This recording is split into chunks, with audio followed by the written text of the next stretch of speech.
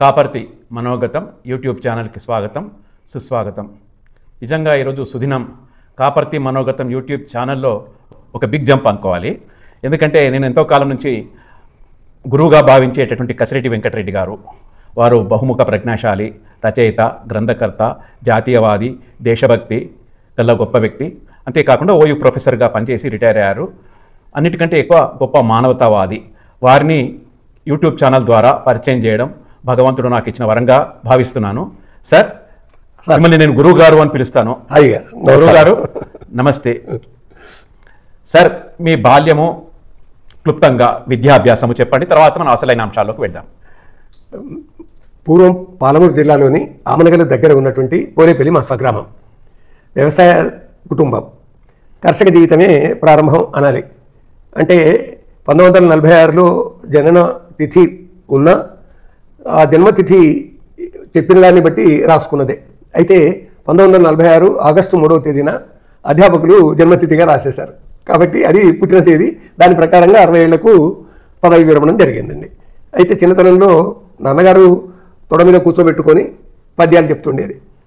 చెప్పేటటువంటి ఆ పద్యాలలో రామరామయన్న రారాదు పాపంబు, రామరామయన్న రాదు భయము, రామరామయన్న రారాదు మృత్యువు, రామనామం అమృతరాశియగును, ఇలాంటివన్నీ చెప్తుండేది. అంతేకాకుండా పంతుల దగ్గరికి వెళ్ళి చదువుకోవాలి అన్నట్టయితే ఈ విధమైనటువంటి పద్యం ఆ రోజుల్లో వ్యవహారంలో ఉండింది. తేరా పలక బలపము ఈ రాయవారి చేతి కింపలరంగా, పోరా భోజన వేళ్లకు రారా పద్యాలు చదువు రాజకుమారా. ఈ విధంగా చిన్నప్పుడే ఈ పద్యాలు అలవడ్డాయండి నాన్నగారి కారణంగా. నాన్నగారు అంతేకాకుండా ఆయన రుక్మిణీ కళ్యాణం చదువుతుండేవారు, నారాయణ కవచం చదువుతుండేవారు. అంటే వారికి పూర్వీకుల వల్ల వచ్చినటువంటి పుణ్యఫలమే అది అనాలి, ఆ విధంగా సంస్కారమే అనాలి. ఆ విధంగా వారు చదువుతూ ఉంటే మాకు అలవాటం అనేది జరిగిందండి. మా ఊళ్ళో కేవలం ఆ కాలంలో 2వ తరగతి వరకే ఉండేది. 1, 2 ఇంతే క్లాసులు ఉండేటివి. అది కూడా ఒక ఈతాకుల గుడిసెలో పాఠశాల నడిచేది. ఒక అధ్యాపకుడు ఉండేవారు. దాంతో మా మేనమామ గురి అయినటువంటి మాడుగుల గ్రామంలో 5వ క్లాస్ వరకు చదువుకోవడం జరిగిందండి. నేను మా తమ్ముడు మోహన్ రెడ్డి ఇద్దరం కూడా అక్కడ 5వ క్లాస్ చదివేసి ఆ తర్వాత 6 నుంచి 11వ తరగతి వరకు, అంటే ఆనాటి హెచ్ఎస్సి 1963లో హెచ్ఎస్సి నేను పూర్తి చేశాను.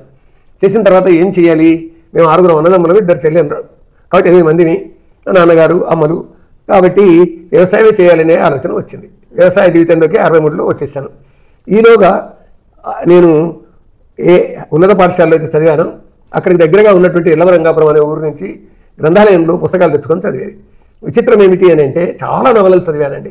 10వ తరగతి వరకు, అంటే 11వ తరగతి వరకు నేను కొబ్బరి నవలలు చదివాను. ఆ తర్వాత జగజ్జాన సంపుటాల కొద్ది చదివాను.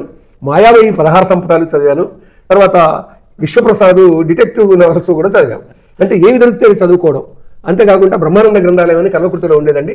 అక్కడికి వెళ్ళి పుస్తకాలు తెచ్చుకొని చదవడం. 10వ తరగతి 11వ తరగతి వరకు ఈ చదువుల ప్రభావం చాలా ఉంది. ఈ నవలల ప్రభావం, కథల ప్రభావం ఇవన్నీ ఉంది. ఆ తర్వాత వ్యవసాయ జీవితంలోకి వచ్చానండి. వ్యవసాయ జీవితాన్ని గురించి ఒక 2 నిమిషాలు చెప్తానండి. చెప్పండి. వ్యవసాయం చాలా కష్టపడి వ్యవసాయం చేయాలి. ఆ వ్యవసాయం వల్ల వచ్చే ఫలసాయంతో నా తమ్ములు వాళ్ళందరూ చదివేటటువంటి విధంగా ఉండాలి. నేను వ్యవసాయంలో స్థిరపడాలని నిర్ణయించుకున్నాను. 2 సంవత్సరాలు వ్యవసాయం చేశాము. 2వ సంవత్సరం చాలా నష్టాలు వచ్చాయి. ప్రకృతి బీభత్సం కారణంగా, చెరువు తెగిపోవడం కారణంగా. చెరువు తెగిపోతూ ఉంటే నేను, నా వెంబడి ఉన్నటువంటి ఒక అబ్బాయి, అంటే నాతో పాటు పనిచేసేటువంటి అబ్బాయి, పరిగెత్తుకొని వెళ్ళాము. ఆ అబ్బాయి వెనుక ఉన్నాడు. ఆ తెగిపోతున్న చెరువులో దూకిపోదాము అన్నంత స్థితికి వచ్చిందండి. ఎందుకంటే మేము పెట్టినటువంటి పంటంతా ఆ చెరువు నుంచి వచ్చినటువంటి మోసు అంటాం, ఇసుక, దాని మీద ప్రవహించింది. దాంతో ఇంత వ్యర్థమైంది కదా అనిపించిందండి. కానీ వ్యవసాయ జీవితంలో ఉన్నప్పుడు నేను జానపదుల గీతాలు విన్నాను, వాళ్ళు పాడుతున్న బతుకమ్మ పాటలు విన్నాను. వాళ్ళతో పాటు కలిసి పాడడము జరిగింది. అంతేకాకుండా ఉయ్యాల పాటలు, జోల పాటలు, ఆ తర్వాత ఈ ఒడ్డుదంపుడు పాటలు, ఇసురాయి పాటలు, కలుపు పాటలు, మూట పాటలు, ఇవన్నీ కూడా వాళ్ళతో పాటు పాడడమే కాకుండా మూట కొట్టేటటువంటి కాలం కూడా ఉంది అండి. అంటే 2 సంవత్సరాలు మూట కొట్టి పంట పండించినటువంటి ఆ కాలం వల్ల, దానివల్ల జానపద సాహిత్యం యొక్క లోతుపాతలు తెలుసుకునేటటువంటి ఒక అవకాశం చిక్కిందండి. ఇది. అయితే సార్, మీరు అనేక పుస్తకాలు చదివారు, గ్రంథాలు చదివారు, జానపదుల యొక్క సాహిత్యం తెలుసు, వ్యవసాయం తెలుసు. అంటే మీలో కొంత నాకు బొమ్మరపోతన కనిపిస్తూ ఉన్నాడు. అది నిజమండి, అతిశయోక్తి కాదు. కాబట్టి ఈ 3 రంగాల యొక్క జ్ఞానము మీకు ఉంది కాబట్టి ఇంత ఉత్కృష్ట స్థాయికి మీరు రాగలిగారని నేను నమ్ముతున్నాను. ఇది నిజం కూడా. సార్ అయితే ఇక మీ కాలేజ్ డిగ్రీ పీజీ వీటి గురించి కొంచెం చెప్పండి వివరంగా. ఎప్పుడైతే వ్యవసాయంలో నష్టం వచ్చిందో అప్పుడు మా తమ్ముడు నేను ఇద్దరం కూడా బిఎల్డబ్ల్యూ పోస్ట్ కానీ ఆ కాలంలో జిల్లా పరిషత్కు వెళ్ళి ఇంటర్వ్యూ చేసి వచ్చాము. ఈలోగా ఫలితాలు రాలేదు. నేను పాలెం ప్రాచ్య కళాశాలలో ఈ డిప్లొమా చదవడానికని వెళ్ళిపోయాను. అంటే డిప్లొమా ఆఫ్ ఓరియంటల్ లాంగ్వేజ్ ప్రాచ్య కళాశాలలో ఈ డిపోఎల్ పాలెం ప్రాచ్య కళాశాల అండి. అది ఇప్పుడు నారకర్నూలు జిల్లాలో ఉంటుంది పాలెం. అది మహబూబ్ నగర్కు 30 కిలోమీటర్ల దూరంలో ఉంటుంది. ఆ ప్రాచ్య కళాశాలలో నేను చేరాను. మా తమ్ముడు VLWగా చేరి అది కూడా వదిలిపెట్టి ఆ తర్వాత వాడు మిలిటరీలో వెళ్ళిపోయినాడు. మిలిటరీలో 18 ఏళ్ళు వాడు సేవ చేస్తూ అట్లాగే ఉండిపోయినాడు. తర్వాత ఈ ప్రాచ్య కళాశాల చదువు కారణంగా నాకు బాగా ప్రభావం పడింది. బ్రహ్మశ్రీ తిలకపల్లి విశ్వనాథ శర్మ గారు, వెంజమూరి శశిపండి శర్మ గారు, తర్వాత శ్రీ రంగాచార్య గారు మొదలైనటువంటి గురువుల యొక్క పుణ్యం వల్ల, వాళ్ళ బోధన వల్ల ఎదురుగానే వెంకటేశ్వర స్వామి దేవాలయం ఉండేది. నాకు అప్పుడే ఛందస్సు అలవడింది. అయితే నేను ఈ పూర్వం చదువుకున్నటువంటి ప్రభావంతో కొన్ని కథలు నవలలు రాశానండి వ్యవసాయ జీవితంలో ఉన్నప్పుడు. అయితే అవన్నీ కూడా భాషా ప్రభావం వాటి మీద అంతగా లేదు. అవన్నీ కట్టగట్టి అట్టాగే పెట్టాను, వాటిని విప్పలేదు. కానీ ఇప్పుడు ఇక్కడికి వచ్చేసిన తర్వాత పాలెం వెంకటేశ్వరాన్ని మకుటం పెట్టి మరోసారి శతకం రాశానండి. తర్వాత నవయుగాల మాట నార్ల మాట అనేటటువంటి ఆ శతకం చదివి రెడ్డి మాట అనేటటువంటి శతకం కూడా నేను రాశానండి. ఈ రకంగా ఈ రెండు నేను చదువుకునే కాలంలోనే, అంటే 17 ఏళ్ల వయస్సుకు HSC అయిపోతే, 19 ఏళ్ల దాటుతుండగంటే 20 ఏళ్ల వయస్సుకు డిప్లొమా అయిపోతే, అంటే ఓరియంటల్ లాంగ్వేజ్ 2 ఏళ్ళు అయిపోతే, ఆ 2 ఏళ్లలో అప్పుడప్పుడు రాసుకునేవి కొన్ని పద్యాలు కవితలు అవి వచ్చేసినాయండి. ఇది అయిన వెంబడే నేను డిప్లొమాలో యూనివర్సిటీ ఫస్ట్ ర్యాంక్ వచ్చింది నాకు. దాంతో ఆ ప్రోత్సాహమేనండి, లేకుంటే ఆ బలమే అనుకోండి, గురువుల ఆశీస్సులు అనుకోండి, అదృష్టమే అనుకోండి. మాడుగుల జిల్లా పరిషత్ పాఠశాలలో నన్ను తెలుగు పండితుడిగా తీసుకున్నారండి. జిల్లా పరిషత్ నుంచి నన్ను ఉద్యోగ నియామకం చేశారు. అక్కడ 6 ఏళ్ళు నేను జిల్లా పరిషత్ హై స్కూల్లో తెలుగు పండితుడిగా పనిచేస్తానండి. జూనియర్ తెలుగు పండితుడిగా పనిచేశాను. అక్కడ ఉండగానే BOL పూర్తి చేశాను ప్రైవేట్గా. BOL కూడా యూనివర్సిటీ ఫస్ట్ ర్యాంక్ వచ్చిందండి ప్రైవేట్గా ఇచ్చినా కానీ. ఆ తర్వాత అక్కడ ఉండగానే MOL ఇచ్చానండి. సార్ BOL అంటే bachelor of oriental language. Bachelor of oriental language first క్లాస్లో సెకండ్ ర్యాంక్ వచ్చింది, ఈక్వలెంట్ టు డిగ్రీ. ఆ తర్వాత అక్కడ ఉండగానే నేను MOL ఇచ్చానండి, master of oriental language. MOL university first rank వచ్చిందండి ప్రైవేట్గా ఇస్తే. ఈ బలం, ఈ ప్రోత్సాహంతో నేను ఆ MOL మీద ఇంటర్వ్యూస్కి వెళ్ళాను. అలా ఇంటర్వ్యూ వెళ్ళిన కారణంగా 6 సంవత్సరాల తెలుగు పండితుల ఉద్యోగం నుంచి నేను కామారెడ్డి డిగ్రీ కాలేజీకి సెలెక్ట్ అయ్యి ఉపన్యాసకునిగా వెళ్ళిపోయానండి. నేరుగా అంటే జూనియర్ కాలేజీలో లేదు, స్కూల్ టీచర్ నుంచి డిగ్రీ కాలేజీ లెక్చరర్. అవునండి, ప్రమోషన్. అంటే అక్కడ జూనియర్ కాలేజీకి పాఠాలు చెప్పాలి, డిగ్రీ కాలేజీకి పాఠాలు చెప్పాలి. ఆ విధంగా నేను, నాకంటే సీనియర్ ఒకరు ఉన్నారు, గుండి వెంకటాచార్యులు గారని, అక్కడ నేను పనిచేశానండి. 12 సంవత్సరాలు అక్కడ పనిచేశాను. అయితే అక్కడికి వెళ్ళడానికి ముందే ఇక్కడ కొన్ని పుస్తకాలు ప్రచురించడం జరిగింది. అట్లా ప్రచురించిన పుస్తకాలలో ఈ పుస్తకం రెడ్డి మాట అనేటటువంటి పుస్తకం ఒకటి. తర్వాత గాంధీ తాత జీవిత చరిత్రను నేను శతకంగా రాశాను. ఎందుకు రాశానంటే 1969వ సంవత్సరంలో గాంధీజీ శతజయంతి ఉత్సవాలు జరుగుతున్నాయి. విద్యార్థులకు అందరికీ కూడా గాంధీజీ మీద పోటీలు పెట్టారు. వాళ్ళ కొరకని చెప్పేసి నేను నాకు అప్పటికే ఒక పోటీలో గాంధీజీ యొక్క ఆత్మకథ బహుమానంగా వచ్చింది. ఆత్మకథ బాగా చదువుకున్నాను నేను. దాంతో బుద్ధదేవుని భూమిలో పుట్టినాడు, శుద్ధ సాత్విక సామ్రాజ్య సుగుణధనుడు, మానవత్తైక దివ్యాత్మ మహితేశుడు, కరుణమూర్తి భరతనేత గాంధీ తాత అని గాంధీ తాత మగటంతో ఇలాగా రాస్తూ వెళ్ళాను. రామనామము జపించ రాదు భయము అనుచు బాలకునితో చెప్పే అమ్మగారు, వేద్యమది అయిన తనకి వేదముగను గాఢముగా జపించను గాంధీ తాత అని 100 పద్యాల్లో గాంధీ తాత శతకం అట్లాగా ప్రచురింపబడింది అండి. ఆ తర్వాత కొన్ని నైతిక విలువలు, సామాజిక మూల్యాలు, మానవతా మూల్యాలతో కూడుకున్నటువంటి ఈ రెడ్డి మాట కూడా అదే విధంగా రాశానండి. మరి యూనివర్సిటీలోకి ఎలా ప్రవేశం సార్? ఇప్పుడు ఈ రాత ఈ విధంగా ఉండంగానే నా మీద భగవద్గీత ప్రభావం పడింది. ఎప్పుడంటే పాలెం ప్రాచ్య కళాశాలలో చదువుకునేటప్పుడు నేను గీతామకరందం చదివానండి. విద్యాప్రకాశానందగిరి స్వాముల వారు, సద్గురు మహర్షి మలయాళ స్వాముల వారి యొక్క ముఖ్యమైన శిష్యుడైనటువంటి విద్యాప్రకాశానందగిరి స్వాముల వారు గీతామకరందం అనే గ్రంథాన్ని రాశారు. ఆ గీతామకరందం బాగా పారాయణం చేసేటటువంటి అవకాశం చిక్కి నేను మాడుగుల ఉన్నత పాఠశాలలో ఉన్నప్పుడు ఆ ఊళ్ళో ఉన్నటువంటి గీతా ప్రచార సంఘం వాళ్ళతో కలిసి కూర్చొని పారాయణం చేసినటువంటి కారణంగా ఆ భగవద్గీత అనువాదం చేయాలనిపించిందండి. అది కూడా ముత్యాల సరాలో చేయాలనిపించింది. ధర్మక్షేత్రము కురుక్షేత్రం, ధాత్రియుద్ధము చేయకూడిన 4 పుత్రులు పాండవాదులు ఏమి చేసిరి సంజయ. ఇదే శీలలో 701 శ్లోకాలు పోతాయండి. సంస్కృతంలో సార్ 701 శ్లోకాలు ఉన్నాయి, ఇంకా కొన్ని ఉన్నాయి, కానీ ఇప్పుడైతే అందుబాటులో వాటినన్నింటినీ కూడా మీరు తెలుగు భాషలో సరళంగా 7వ తరగతి పిల్లవాడికి కూడా అర్థమయ్యేలాగా రాశారు అని. అవునండి, నేను చదివినంత వరకు నాకు అర్థమైంది. ఇప్పుడు పరిత్రాణాయ శ్లోకం ఉంది కదండి. అవునండి సార్. శిష్ట జనులను రక్షసేయగా దుష్ట జనులను ద్రించివేయగా ధర్మమెప్పుడు నిలుపుటకునై యుగ యుగంబుల అవతరిస్తా. ఇలా సాగుతుందండి. మొత్తం 5-6 సార్లు అది ప్రచురింపబడింది. చాలామంది, కొంతమందికి అంటే పల్లెటూరులో కొందరు వాటిని ధారణ చేశారండి. అంటే సంస్కృతం అంతంత మాత్రంగా తెలిసిన వాళ్ళు పారాయణం చేయాలని ధారణ చేసి నా ముందే అధ్యాయాలు వినిపించిన పుణ్యాత్ములు ఉన్నారండి. అట్లాగా సార్ ఒక మాట గురుగారు, అంటే ఎక్కడో సంస్కృతం అంటే సామాన్యులకు అందుబాటులో లేని భాష. ఆ భాషను జనసామాన్యంలోకి తీసుకొచ్చారు. ఒక వేమన అనుకోవచ్చు మిమ్మల్ని. కాబట్టి ఇంత సరళంగా ఉన్న ఎన్ని పద్యాలు రాశారు సార్ మీరు? అన్ని ముత్యాల సరాలు 701. అయితే ఎక్కడన్నా పుస్తకాల్లో ఇది ప్రచురించారా సార్? టెక్స్ట్ బుక్స్లో నేను అడిగేది లేదు. ఎందుకొరకు అంటే ఇక మన టెక్స్ట్ బుక్ల నిర్ణయం చేసే పాఠ్య గ్రంథాల నిర్ణాయక సంఘం వాళ్ళు ఉంటారు కదా, అవును సార్, వాళ్ళ దృష్టికి వెళ్ళాలి, వాళ్ళు ఇవి పెట్టాలి అని అనుకోవాలి. మనం కూడా అడగలేదండి. అందువల్ల ఇలాగే జన వ్యవహారంలోకి అయితే వెళ్ళిపోయినాయి. ఆ పుస్తకం పేరు ఒకసారి మళ్ళా శ్రీ భగవద్గీత గేయకృతి అంతేనండి. అయితే ఆ తర్వాత నేను కామారెడ్డి డిగ్రీ కాలేజీలో పనిచేసే సందర్భంలో అక్కడ శాంతిదూత శతకం 1 ప్రింట్ అయింది. పాలి వెంకటేశ్వర నేను మొట్టమొదటి రాసినటువంటి శతకం ప్రింట్ చేసినామండి. అక్కడ ఉన్నప్పుడు కొన్ని పుస్తకాలు ఈ విధంగానే అచ్చు వేస్తూ నేను పిహెచ్డి చేయాలనే ఉద్దేశంతో ఏ వ్యావసాయిక జీవితంలోనైతే జానపద గేయాలు, పొడుపు కథలు, సామెతలు సేకరించుకున్నానో పూర్వము, అధ్యాపకునిగా ఉన్నప్పుడు ఎందుకు సేకరించానో తెలియదు, అవన్నీ ఉన్నాయి నా దగ్గర.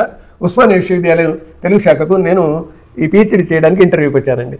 ఆ ఇంటర్వ్యూలో రామరాజు గారు ఉన్నారు, అప్పుడు సి నారాయణ రెడ్డి గారు ఉన్నారు. ఆ ఇంటర్వ్యూలో నేను సెలెక్ట్ అయ్యానండి. తెలుగు పొడుపు కథలు అనేటటువంటి అంశం మీద నేను పిహెచ్డి చేశాను. అది 850 పేజీల పుస్తకంగా వచ్చింది. అది 2 సార్లు ప్రచురింపబడింది.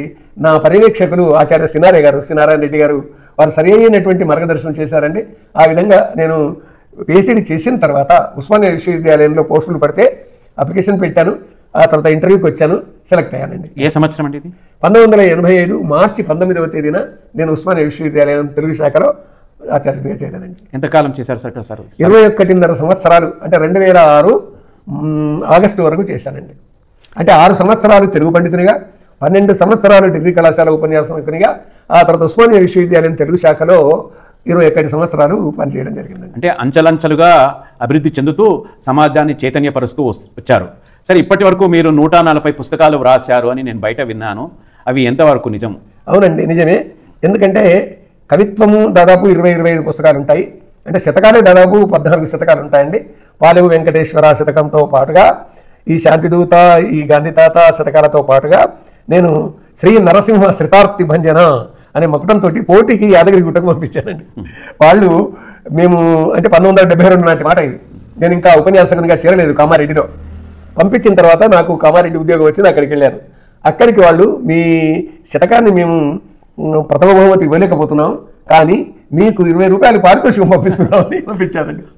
దాంతో నా పక్కన ఉన్న స్నేహితులు వాళ్ళు 20 పెట్టి మరో 200 దీనికి వేసి ఇది ప్రింట్ చేద్దామన్నారండి. ఆ విధంగా శ్రీ నరసింహ శ్రితార్తి భంజన అనే మకుటంతో యాదగిరి నరసింహ శతకం వచ్చిందండి. ఈ విధంగా ఈ మధ్యకాలంలో అన్ని శతకాలు కలుపుకుంటే 15 వరకు శతకాలు రాశాను. తర్వాత చైతన్యశ్రీ అనే పద్యకావ్యం వచ్చిందండి. దీనికి ఆంధ్రప్రదేశ్ స్థాయిలో అంటే రాష్ట్ర స్థాయిలో పద్య సాహితీ పురస్కారం ఇచ్చారండి చీరాలకు చెందిన తుమ్మల సాహిత్య వేదిక వాళ్ళు. సార్, మీరు స్వాతంత్రం రాకముందే జన్మించారు. అయితే స్వాతంత్రోద్యమం యొక్క ప్రభావం మీ పైన ఎలా ఉందో కొంచెం చెప్పండి. 1946లో జన్మించాం కాబట్టి ఏడాదికే స్వాతంత్రం వచ్చింది. కానీ పల్లెటూరులలో ఈ విషయాలు చెప్పిన వాళ్ళేమీ లేరు. ఏ విధంగా మనకు పాఠశాలకు వెళ్ళిన తర్వాత అక్కడ భారతీయ వీరులం భరతమాత బిడ్డలం జాతి కొరకు సేవ చేయ జన్మమెత్తి తరవినాం అజాదుగాను శక్తులం ప్రజాప్రభుత్వ భక్తులం అఖండ శక్తి యుక్తులం అజేయులం అజేయులం అని ఈ రకమైనటువంటి గీతాలు చెప్పారండి. ఈ రకమైనటువంటి గీతాలతోటి ప్రభాత్ బేరీలో మేము నడుస్తూ పాడినటువంటి ఆ సందర్భాన్ని దృష్టిలో పెట్టుకున్నట్టయితే మాలో ఏ విధంగా భారతదేశం మీద భారతమాత మీద ప్రేమ కలిగించడానికి ఆనాటి ఆచార్యులు వివరించారో ఆ ప్రాథమిక పాఠశాలలోనే ఇవన్నీ కూడా అప్డేట్గా చేశారు. ఈ విధంగా ఇప్పటి పాఠశాల వాళ్ళు చేస్తే తప్పనిసరిగా దేశం అంటే దేశ స్వాతంత్ర్యం అంటే ఏంటో తెలుస్తుంది.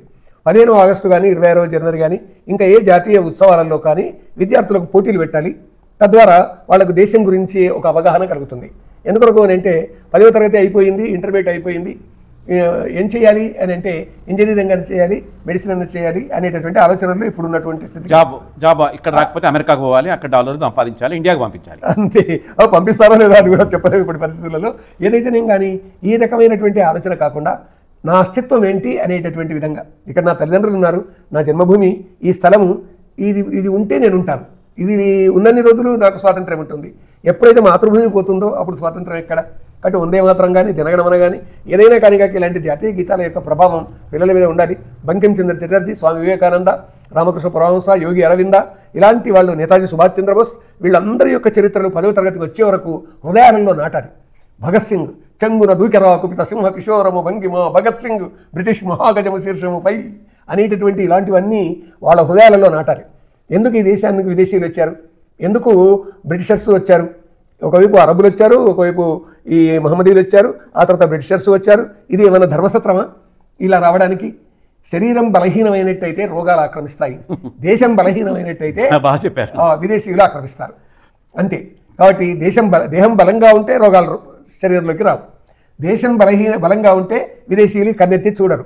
కాబట్టి దేశాన్ని బలవర్ధకంగా తయారు చేసుకోవాలి అనేటటువంటి ఆలోచన ఇప్పుడున్నటువంటి యువతకు కలిగించాలి. అలా కలిగించి ఆ స్వాతంత్ర్యోద్యమ కాలం నుంచి ఈ చరిత్ర అంతా కూడా 10వ తరగతి వచ్చే వరకు ఇదంతా తెలియాలండి పిల్లలకు. ఎందుకంటే అప్పుడు తెలిస్తే ఇక వాళ్ళు చెక్కు చెదరరు. నా మాతృభూమి రక్షణ కొరకు నేను ఏమైనా చేస్తాను, అగ్ని వీరుగా ముందు వెళ్ళడానికి సిద్ధం అనేటటువంటి విధంగా ఉంటారండి. ఆ రకమైనటువంటి స్వాతంత్ర్యోద్యమ చరిత్ర 10వ తరగతిలోగానే విద్యార్థులకు చెప్పేటటువంటి పాఠ్యాంశాలు అది సాంఘిక శాస్త్రంలో కానీ భాషా శాస్త్రాలలో కానీ ఉంటే బాగుంటుంది. అలా ఉండాలని కోరుకుందాం. ప్రభుత్వాలు కూడా, అది కేంద్ర ప్రభుత్వం కావచ్చు, రాష్ట్ర ప్రభుత్వం కూడా కావచ్చు, ఆ దిశలో పయనించాలని చెప్పి కోరుకుందామండి. అయితే ఇక్కడ 1947 ఆగస్టు 15వ తారీఖున భారతదేశానికి స్వాతంత్రం వచ్చింది. కానీ మీరు మహబూబ్ నగర్ తెలంగాణ అంటున్నారు. వారికి, ఆ ప్రాంతం వారికి ఎప్పుడు స్వాతంత్రం వచ్చింది? హైదరాబాద్ని ఎవరు పరిపాలించేవారు? నిజాం సంస్థానము అని మేము పుస్తకాల్లో చదువుకున్నాము, మా పిల్లలు కూడా చెప్తున్నాం. కొంచెం వివరాలు మీ ద్వారా వింటే బాగుంటుంది అని నా కోరిక.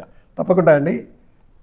13 నెలలు ఆలస్యంగా ఇక్కడ దాన్ని ముక్తి అనండి, విముక్తి అనండి, విలీనం అనండి, స్వాతంత్ర్యం అనండి, ఏ పేరు పెట్టినా 13 నెలల తర్వాత ఇక్కడ స్వాతంత్ర్యం వచ్చింది. విమోచనం అనండి.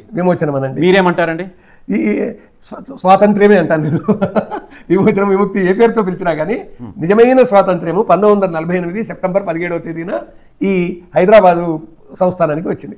హైదరాబాద్ సంస్థానము ఇది నిజాం సంస్థానము అని అన్నారు. వీళ్ళు మొత్తం 7 నిజాములు. అంతపూర్వము కుతుబ్ షాహీలు పరిపాలించారు, వీళ్ళు అసఫ్ జాహీలు. 1688వ సంవత్సరంలో ఎప్పుడైతే గోల్కొండ పతనం జరిగిందో దాని తర్వాత, అంటే తానిషాను పట్టుకొని ఔరంగజేబు తీసుకొని వెళ్ళి ఔరంగాబాద్లో జైల్లో పెట్టాడు. ఆ తర్వాత ఇక్కడ ఉన్నటువంటి ఆ రోజు తానిషా దగ్గర మంత్రిగా, సేనాధిపతిగా ఉన్నటువంటి అక్కన మదన్లను తలలు ఉత్తరించి గోల్కొండ ద్వారానికి కట్టేశారు. వాళ్ళ శవాల మీద గుర్రాలతో తొక్కించారు. ఈ రకమైన దురాగతాలు చేశారు. ఆ తర్వాత నిజాముల్ ముల్క్ ఇక్కడ సుబేదార్గా వచ్చాడు, ఔరంగజేబు పంపించగా. అయితే అతడు స్వతంత్రించాడు. 1724 నుంచి 1748 వరకు అతడు ఉన్న 1744 ప్రాంతంలోనే అతడు స్వతంత్రించాడు. ఆ తర్వాత వరుసగా 7 మంది పరిపాలకులు ఇక్కడ వచ్చారు. అందరిలో చిట్ట చివరివాడు, అంటే స్వాతంత్ర్యం ఎప్పుడైతే 7వ నిజాం కాలంలో ఇవ్వకుండా తాను స్వతంత్ర ఉస్మానిస్తాన్గా ప్రకటించుకున్నాడో అతడు 1911లో రాజ్యానికి వచ్చాడు. అలా వచ్చినప్పటి నుంచి ఈ ప్రాంతం అంతా కల్లోలానికి గురైంది. మీర్ ఉస్మాన్ అలీ ఖాన్ 7వ నిజాం. మీర్ ఉస్మాన్ అలీ ఖాన్ కాలంలో ఇది మొత్తము 16 జిల్లాలతో ఉన్నది. 8 జిల్లాలు తెలంగాణ జిల్లాలు, 3 జిల్లాలు కర్ణాటక జిల్లాలు, 5 మహారాష్ట్ర జిల్లాలు, మొత్తం 16 జిల్లాలండి ఇవి. కాబట్టి అటువైపు రాయచూరు, బీడ్, బీదర్, ఔరంగాబాదు ఇవన్నీ కూడా ఉన్నాయి. ఇటువైపు 8 జిల్లాలు ఉన్నాయి. ఈ 16 జిల్లాలకు కూడా తాను స్వతంత్రంగా చేసుకోవాలని స్వతంత్ర ఉస్మానిస్తానని ప్రకటించాడండి. ఒకవైపు ఏమో దేశానికి స్వాతంత్రం వచ్చింది, ఇక్కడేమో స్వతంత్ర ఉస్మానిస్తానని ప్రకటించుకున్నాడు. తన పరిపాలన కొనసాగాలి అని. 1928లో రజాకర్ల ప్రారంభం అప్పుడు జరిగిందండి. 28లో వాళ్ళు ఈ మజ్లిస్ ఇత్తహాదుల్ బై ముస్లిమీన్ అనేటటువంటి పేరిట మొట్టమొదటి ఏర్పాటైంది. ఆ తర్వాత బైనుల్ ముస్లిమీన్ అనే మాట తీసేసి మజ్లిస్ ఇత్తహాదుల్ ముస్లిమీన్ అనే మాట చేర్చుకున్నారు. అదే రజాకర్లుగా పరిణమించి ఇక్కడ లెక్కలేనన్ని అత్యాచారాలు చేశారండి. ఒక్క నిమిషం అండి, రజాకార్లు అంటే అర్థం ఏంటండి? రజాకార్లు అంటే శాంతి సేన అనే అర్థం అండి. దానికి విరుద్ధంగా ఉంది. అది ఇస్లాం అనే మాట కూడా శాంతి అనే అర్థమే ఉంది. కానీ ఎటు వెళ్ళేసి ఈ ప్రపంచంలో మేమే ఉండాలి, మా మతమే ఉండాలి అనేటటువంటి ఆలోచన కలిగి మొత్తము ప్రపంచాన్నే ఇస్లాం స్థానంగా మార్చాలనేటటువంటి ఒక ఆలోచన ఉన్నది. కాబట్టి ఇక్కడ బహదూర్ యార్ జంగ్ అనేటటువంటి వాడు మొట్టమొదటి ఈ రజాకర్ సేనకు, అంటే రజాకర్ల యొక్క దళానికి అధిపతిగా ఉన్నాడు. ఆ తర్వాత కాసిం రజ్వీ అనేవాడు వచ్చాడు. అతని కాలంలో లెక్కలేనన్ని అత్యాచారాలు జరిగాయి హిందువుల మీద. మతాంతరీకరణలు జరిగాయి. తర్వాత బతుకమ్మ ఆడుతున్నటువంటి స్త్రీల మీద అత్యాచారాలు చేశారు, వాళ్ళ బట్టలు విడిపించి నగ్నంగా బతుకమ్మలు ఆడించారు. ఇన్ని దుర్మార్గాలు చేసిన తర్వాత చిట్ట చివరికి అతను ఇక్కడ సర్దార్ వల్లభాయ్ పటేల్ పంపించినటువంటి ఏదైతే ఆపరేషన్ పోలో అనేటటువంటి పేరిట 5 రోజులు వరుసగా సెప్టెంబర్ 13వ తేదీ నుంచి మొదలెట్టుకొని 13, 14, 15, 16, 17, 17వ తేదీ వరకు సైన్యం చుట్టూరా వచ్చేసి హైదరాబాదు చుట్టూరా వ్యాపించింది. సైన్యం 3 దిక్కుల నుంచి వచ్చేసి అప్పుడు తల వంచాల్సి వచ్చిందండి. ఆ విధంగా ఇక్కడ స్వాతంత్రం వచ్చింది. సార్, ఇది తెలంగాణలో భూస్వామ్య వ్యవస్థ, వెట్టి చాకిరీ వ్యవస్థ, కుల దోపిడీ, అగ్రవర్ణాలు, అంటరాని వారు, అస్పృశ్యులు, ఈ రకమైనటువంటి వ్యవస్థ చాలా ఎక్కువగా ఉండేదని నేను పుస్తకాల్లో చదువుకున్నాను. ఇది ఎంతవరకు నిజం? బ్రిటిష్ వారి పాలన ఒక 200 ఏళ్ళు, అంతపూర్వం 800 ఏళ్ళు విదేశీయుల ఈ మహమ్మదీల పరిపాలన.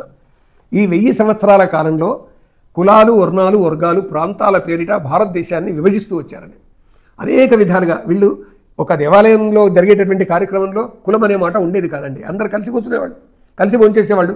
ఆ స్థితి నుంచి దూరం దూరం చేయడం అనేటటువంటిది జరిగేసి వీళ్ళ కాలంలో బాగా తేడాలు ఉండేట్టుగా చూశారు. ఎందుకంటే వీళ్ళ మధ్యన ఏకట ఉండకూడదు, వీళ్ళ ఐక్యమైనట్టయితే తమ పరిపాలన సాగదు. అందుకొరకని చెప్పేసి ఈ కులాల మధ్యన కుంపటి బాగా రెచ్చగొట్టేసేస్తారు ఈ ఇద్దరు పరిపాలకులు. అలా చేసి బ్రిటిష్ వాడు వెళ్ళిపోతూ పెట్టినప్పుడు ఒకసారి మనం ఆలోచన చేసినట్టయితే 566 సంస్థానాలు ఉన్నాయి. ఈ 566 సంస్థానాల వాళ్ళకు మేము స్వాతంత్రం ఇస్తున్నాం. ఇంతవరకు జరిగినటువంటి భారతదేశంలో ఉద్యమం జరిగిన వీళ్లకు స్వాతంత్రం ఇస్తున్నాం. అయితే ఈ భారత ప్రభుత్వంలో, ఇండియన్ యూనియన్లో మీరు కలవచ్చు, కలవకపోవచ్చు, లేదా స్వతంత్రంగా ఉండొచ్చు అన్నాడండి బ్రిటిష్ వాడు. వాడి ఉద్దేశంలో సంస్థాన దేశాలు అందరూ కూడా భారతదేశంలోనైనా కలవచ్చు, పాకిస్తాన్లోనే కలవచ్చు, లేదా స్వతంత్రంగానైనా ఉండొచ్చు అని ఒక ప్రకటన చేసేసాడండి. పోతూ మంట పెట్టిపోవడమే, కలబెట్టిపోవడమే. అంటే భారతదేశం స్వతంత్రంగా ఎదగడం వాడికి ఇష్టం లేదు. ఎందుకంటే 200 ఏళ్ళు ఇక్కడ పరిపాలించి ఇక్కడి నుంచి లెక్కలేనంత సొమ్ము దోచుకొని పోయి, లెక్కలేనంత అనేక రకాల వజ్ర, వైడూర్య, పగడాలు, మణులు, మాణిక్యాలన్నీ కూడా దోచుకొని వెళ్ళేసి కోహినూరు వజ్రంతో పాటుగా లండన్ మ్యూజియంలో ఉన్నాయి కొన్ని. అవునండి. కాబట్టి ఈ దేశం మీద ఆశ చావలేదు. కానీ జాతీయోద్యమం ప్రబలంగా ఉండింది. నేతాజీ సుభాష్ చంద్రబోస్, అరవింద యోగి మొదలైనటువంటి భగత్ సింగ్, రాజ్గురు, సుఖదేవ్, చంద్రశేఖర్ ఆజాద్ వీళ్ళందరి ప్రభావం దేశం మీద ఉన్నది. సరే, సత్యాగ్రహోద్యమంతో గాంధీ గారు చేస్తూ ఉన్న పద్ధతిలో ఒక రకంగా నడిచింది. ఎలాగైతేనేమి, పేరు ఎవరికి వస్తేనేమి. కానీ వేలాది మంది మరణించిన తర్వాత స్వాతంత్రం వచ్చిందండి.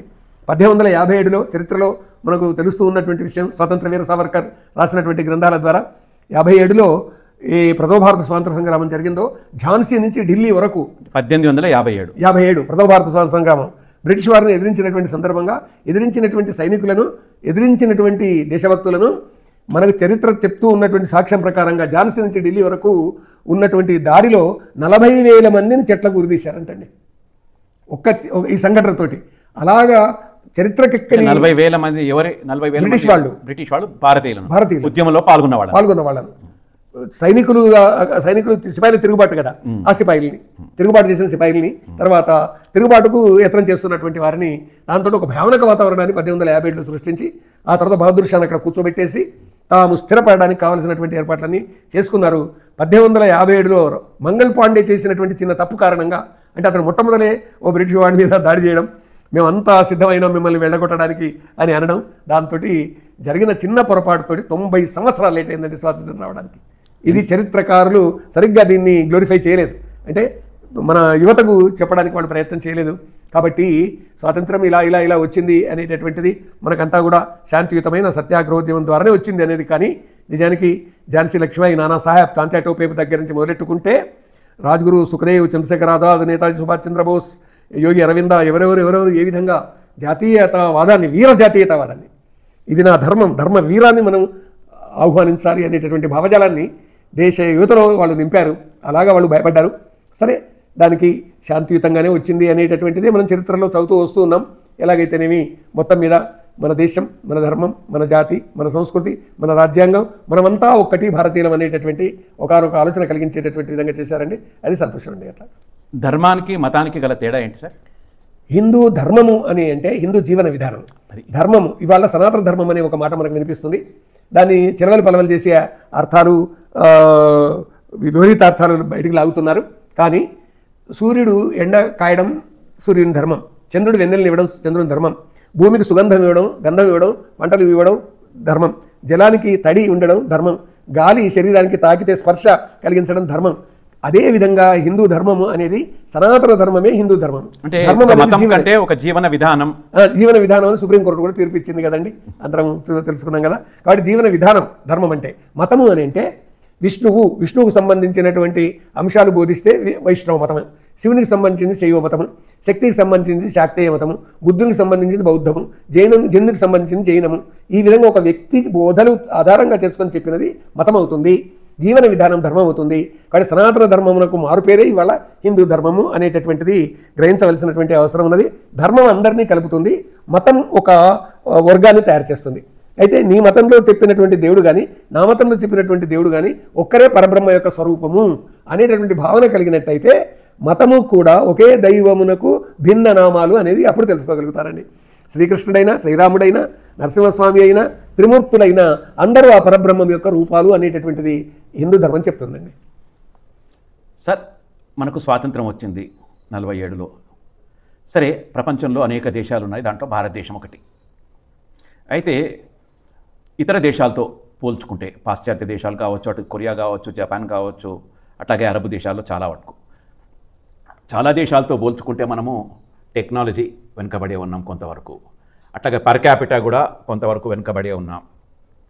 అయినా కానీ ఇతర దేశాలకు లేనిది భారతదేశంలో దృఢంగా ఉన్న అంశం ఏంటి ఉంటే ఒకవేళ చెప్పండి. మాతృభూమి మీద మమకారం కలిగించేటటువంటి వ్యవస్థ ఈ మొదటి నుంచి ఉందండి. ఇక్కడ జననీ జన్మభూమిశ్చ స్వర్గాదపి గరీయసి అనేటటువంటి రామచంద్రుని మాటకు మూలమైనటువంటి వేదమంత్రం ఒకటి ఉంది. ఆ వేదమంత్రము ఈ భూమి ఏదైతే ఉన్నదో ఈ భూమి నాకు తల్లి అనేటటువంటి ఒక భావన కలిగిస్తుందండి ఆ వేదమంత్రం. తల్లి కంటే మిన్న అని. కాబట్టి ఈ మాతృభావన ఈ దేశంలో మొదటి నుంచి ఉంది. అందుకే దేశమాత అన్నారు, గంగామాత అన్నారు, గోమాత అన్నారు, భూమాత అన్నారు. కాబట్టి ఈ మాతృభావన మనిషిలో ఒక ప్రేమ, ఆత్మీయత, అనుబంధాన్ని కలిగిస్తుంది. ఈ మాతృభావన నుంచే ఈ దేశంలో కుటుంబ వ్యవస్థ నిర్మాణమైంది. అంటే ఎప్పుడు కుటుంబ వ్యవస్థ నిర్మాణమైంది అని ఒక ఆలోచన చేసినట్టయితే మనకు వెంబడే గుర్తుకు వచ్చేటటువంటిది పార్వతీ పరమేశ్వరులు ఇద్దరు కలిసి ఉన్నటువంటి ఒకనొక జీవితాన్ని మనకు చూపిస్తారు. ఆ చూపించినటువంటి దాంట్లో శబ్దము, అర్థము ఏ విధంగా కలిసి ఉంటాయో పార్వతీ పరమేశ్వరులు ఆ విధంగా కలిసి ఉన్నారు. కాబట్టి భార్యాభర్తలు ఆ విధంగా కలిసి ఉండాలన్న ఒక కుటుంబ వ్యవస్థను అక్కడ చూపించి వాళ్ళ కొడుకులు అయినటువంటి కుమారస్వామి, గణపతికేమో మూషికము వాహనము, కుమారస్వామికేమో నెమలి వాహనము, పరిసరాల్లో ఉండేటటువంటి వాటిల్లో అమ్మవారికేమో సింహం ఉంటుంది, తర్వాత ఒక సింహము, ఒక ఏనుగు, ఒక నెమలి, ఒక ఎలుక, సర్పము, ఇవన్నీ కలిసి ఒక కుటుంబంగా ఉంటాయి. భిన్న ధ్రువాలు కలిసి ఉన్న శివుని యొక్క కుటుంబము ఈ భారతదేశానికి ఆధారంగా నిలిచింది. అంటే ఒక్క కుటుంబంలో తల్లి, తండ్రి, కొడుకులు, కోడళ్ళు, అల్లుండ్రు వీళ్ళందరూ కూడా ఆలోచనలో అందరికీ స్వాతంత్ర్యం ఉంటుంది. కానీ ఒకే కుటుంబము ఆలోచనలో స్వాతంత్ర్యం ఉన్నటువంటి సందర్భంగా ఏమవుతుంది అని అంటే సృజన శక్తి పెరుగుతుంది. క్రియేటివిటీ అంటాం దీన్ని. ఎక్కడ క్రియేటివిటీ ఉంటుందో అక్కడ కొత్త విషయాలు వస్తాయి. కాబట్టి భారతదేశ కుటుంబ వ్యవస్థ అనేటటువంటిది అందరికీ స్వాతంత్రం ఇచ్చింది, కానీ కలిసి ఉండాలని చెప్పింది. సపోర్టింగ్ కూడా ఉంటుంది. ఎవరికైనా ఆరోగ్యం బాగాలేదు, లేకపోతే బాగా చదువుకోలేదు, ఏదైనా ఇబ్బంది కలిగింది, అలాంటి వాళ్ళకు కూడా కుటుంబ రక్షణ ఉంటుంది సార్. తప్పకుండా ఉంటుంది. అంతేకాదు బలహీనంగా ఉన్నటువంటి కొడుకు మీద ఎక్కువ ప్రేమ చూపించాల్సిందే. సంతానంలో తల్లి కానీ తండ్రి కానీ అతనికి ఎదిగేట్టుగా ఆహారాల్లో కానీ ఔషధాల్లో కానీ ప్రత్యేకత చూపించాల్సిందే. కాబట్టి ఆ విధంగా ఎవరు బలహీనుడో వాళ్ళని పెంచాలి అన్నటువంటి ఈ భావన సామాజిక జీవనంలో, రాజ్య వ్యవస్థలో కూడా ఎవరు బలహీనులో వాళ్లను ఉద్ధరించాలి అనేటటువంటి ఆలోచన ప్రజాస్వామ్య వ్యవస్థలోనికి రావడానికి కుటుంబ వ్యవస్థ కారణమండి. కాబట్టి కుటుంబ వ్యవస్థ ఆనాటి నుంచి మొదలెట్టుకొని ఏ శివుని కుటుంబమో, లేకుంటే శ్రీమన్నారాయణుని కుటుంబమో, బ్రహ్మ కుటుంబమో, ఏదైనా త్రిమూర్తులు వీళ్ళకు మూలమైనటువంటి ఆత్మ ఒక్కటే, ఆ పరమాత్మ. అందరిలో ఒకే ఆత్మ ఉన్నది అనే ఒక భావన దగ్గర నుంచి ఎంతమంది అయినా రానిగాక అందరిలో ఉన్న ఆత్మ ఒక్కటని ఇంటిగ్రల్ హ్యూమనిజం అన్నారండి. ఆధునిక కాలంలో దీన్ని పండిత్ దీన్ దయాళ్ ఉపాధ్యాయజీ బాగా ఇంటిగ్రల్ హ్యూమనిజాన్ని వ్యాప్తం చేశారు. ఆధునిక ఋషిలాగా చెప్పారు ఆయన. కాబట్టి అతి ప్రాచీన కాలం నుంచి మొదలుపెట్టుకొని ఇది ఉన్నది. ఇంత పూర్వం మనం చెప్పుకున్నట్టు అయం నిజ పరోవేత్తి గణనా లఘుచేతసాం ఉదార చరితానంతో వసుదైవ కుటుంబకం. కాబట్టి కుటుంబ ప్రబోధం ఈ విధంగా దేశం మొత్తం వ్యాప్తమై ఉంది. ఆ కారణంగా అదే దృష్టి తీసుకొని రామాయణంలో శ్రీరామచంద్రుని యొక్క జీవితాన్ని ఆధారంగా తీసుకొని ఏ విధంగా మనం మెలగాలి అనేటటువంటిది రాయప్రోలు సుబ్బారావు గారు ఒక మాట రాస్తారండి. ఆయన ఏమంటారు అని అంటే, అన్నదమ్ములు ఏకోదర న్యాయ పంక్తి పాసిపోని దాటిపోని రామాయణ ధర్మమరసి ఆశ కైపున అనుజులు అన్యోన్య కంఠములకు తగిన భారత నీతికులిక మనసు. అంటే ఆశ దురాశ పెరిగిపోయి భారత యుద్ధం జరిగింది, కానీ కలిసి ఉన్నటువంటి రామాయణ ధర్మం అది మనకు ఆదర్శం. అదేమో దాన్ని చూసి నేను సంతోషిస్తుంటాను, దీన్ని చూసి భారత ధర్మాన్ని చూసి నేను ఉలికి పడుతుంటాను అని రాశాడు ఆయన, రాయపురం సుబ్బారావు గారు. ఎప్పుడో రాశారు ఆయన. ఎప్పుడైతే ఏ దేశం ఎగినా ఎందుకు కాలిడినా, ఏ పీఠమెక్కినా ఎవరేమనినా, పొగడరాని తల్లి భూమి భారతిని, నిలుపరాని జాతి నిండు గౌరవము, సూర్యుని వెలుతురులు సోకునందాక, ఓడల జెండాలు ఆడునందాక, నరుడు ప్రాణాలతో నడుతునందాక, అందాక గల ఈ అనంత భూతలిని, మన భూమి వంటి కమ్మని భూమి లేదు. ఎంత గొప్పగా రాశాడో ఈ గీతాన్ని. అంటే ద్విపద, నిజానికి ద్విపద పద్యం. ఆ విధంగా భారతదేశం మీద మమకారం కలిగించింది కుటుంబ వ్యవస్థ. అంటే కుటుంబం నుంచి దేశం మీద మమకారం, దేశం నుంచి విశ్వం మీద, సర్వ ప్రాణుల మీద ప్రేమ కలిగించినటువంటి వ్యవస్థ కుటుంబ వ్యవస్థ అండి. అది ఈ దేశాన్ని గట్టిగా పట్టి నిలిపినటువంటిది. సరే, కుటుంబ వ్యవస్థ నిజంగా భారతదేశం యొక్క సంపద అనుకుందాము. కానీ ఈ మధ్య కుటుంబ వ్యవస్థ కూడా పగుళ్లకు గురి అవుతుంది. తల్లి ఉద్యోగం చేయడము, తండ్రి ఉద్యోగం చేయడము, పిల్లల్ని స్కూల్లో హాస్టల్లో చేర్చడం, పెద్దవాళ్ళని ఓల్డేజ్ హోమ్లో చేర్చడం, ఇది అంటే రాబోయే కాలంలో ఎలా పరిణమిస్తుంది కొంచెం చెప్పండి. ఆధునిక సాంకేతిక యుగంలో, శాస్త్రీయ యుగంలో, అంటే వైజ్ఞానిక యుగం ఇది సాంకేతిక యుగం, రెండు కలగాపురగమే వస్తాయి. విజ్ఞానం ద్వారా సాంకేతిక వస్తువు నిర్మాణం అవుతుంది. ఆ సాంకేతిక వస్తువుతోటి ఇవాళ మీరు చూడండి, 10 మంది చేసేటటువంటి పని ఒక యంత్రం చేస్తున్నది. ఈ 10 మందికి పని లేకపోయేవరకు ఏమవుతుంది? అప్పుడు ఆ 10 మంది సోమరిపోతులు అవుతారా, లేకపోతే వాళ్లకు ఆలోచనలు భిన్న రకాలుగా వెళ్ళిపోతాయా, దాంతో పరస్పరం సంఘర్షించుకుంటారా అనేటటువంటి వాతావరణం ఉంటుంది. కాబట్టి ఈ బోధల్లో ఏవైతే పురాగాథల్లో మనకు చెప్పినటువంటి, పురాణ గాథల్లో చెప్పినటువంటివి, ఈ సత్యాలన్నీ బోధించుకుంటూ రావాలి. ఆ వ్యవస్థ కొనసాగాలి. ఎందుకొరకు అంటే, ఏ గుడిలోనో ఏ బడిలోనో ఇది నిరంతరం కొనసాగినటువంటి సందర్భంగా పూర్వం ఎంత కలిసి ఉన్నామో ఆ కలిసి ఉండేటటువంటి జీవితాన్ని, ఏకతాభావాన్ని మళ్ళీ మనం నిర్మాణం చేస్తూ వెళ్ళినట్టయితే, ఎంత సాంకేతిక యుగం రాని ఇవాళ మన ఎంత టెక్నాలజీ మన మీద ఆధిపత్యం చెలాయించని గాక మనస్సు గట్టిగా ఉండాలి. దాడి చేసి మనస్సు గట్టిగా ఉండాలి. ఆ మనస్సు దృఢంగా ఉన్నట్టయితే ఏది మనిషిని చెక్కు చెదరనేదండి. కాబట్టి అలాంటి వ్యవస్థను నిర్మాణం చేసుకోవాలి అనేది ఆలోచించాలి. ఎందుకంటే పాశ్చాత్య సంస్కృతి ప్రభావం ఉంటుంది. అంతేకాదు మా జాతి, మా మతము, మేమే ప్రపంచాన్ని ఏలాలి అనుకున్నటువంటి వాళ్ళు కూడా మధ్య మధ్యన పుండు పెడుతూ ఉంటారు.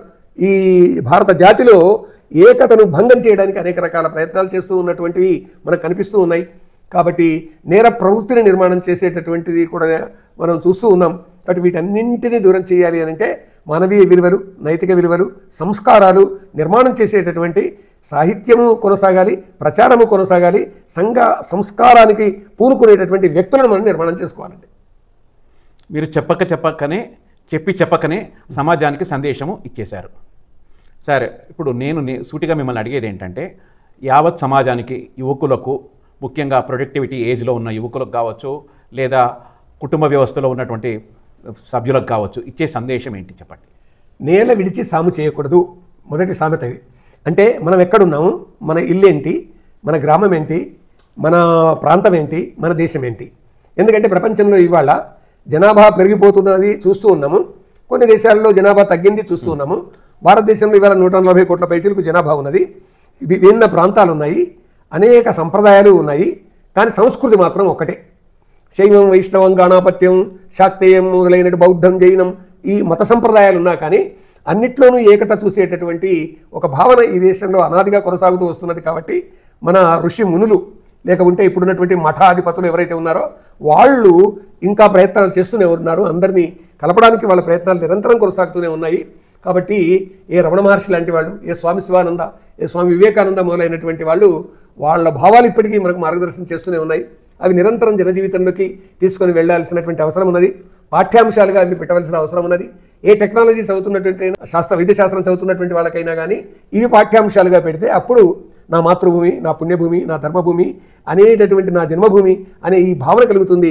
వీళ్ళంతా నా మనుషులు, నేను సుదృఢంగా నిలబడతాను, మాదంతా ఒకే భారతీయ కుటుంబం, ఈ కుటుంబం విశ్వ కుటుంబానికి మార్గదర్శనం చేస్తుంది అనేటటువంటి భావన కలిగేటటువంటి విధంగా భావనలో ఏకత నిర్మాణం చేయాలండి. అదే ఏకాత్మ భావన అంటాం దాన్ని. అది నిర్మాణం చేసినట్టయితే తప్పనిసరిగా ఈ భారతదేశం విజయాన్ని సాధిస్తుందండి, ప్రపంచానికి మార్గదర్శనం చేస్తుంది. సార్, మీరు 140 పుస్తకాలు రాశారు. సుమారుగా 80 ఏళ్ళు దగ్గరకు వచ్చింది. 80 ఏళ్ళు పూర్తి అవుతాయి 10-15 రోజుల్లో. ఇంకేమైనా సాహిత్యం రచిస్తున్నారా? రెస్ట్ తీసుకుంటున్నారా? ఏం జీవితంలో విశ్రాంతి అనేది లేదండి. శరీరంలో శక్తి ఉన్నంత వరకు పని చేయాలని మన పెద్దలు చెప్పారు. ఆ భగవద్గీతలో కూడా నహి క్షణమపి జాతు తిష్టత్యకర్మకృత అని ఒక మాట ఉంటుందండి. ఏ క్షణం కూడా మనిషి పని చేయకుండా ఉండకూడదని దాని అర్థం నేను ఇప్పుడు చెప్పిన దానికి.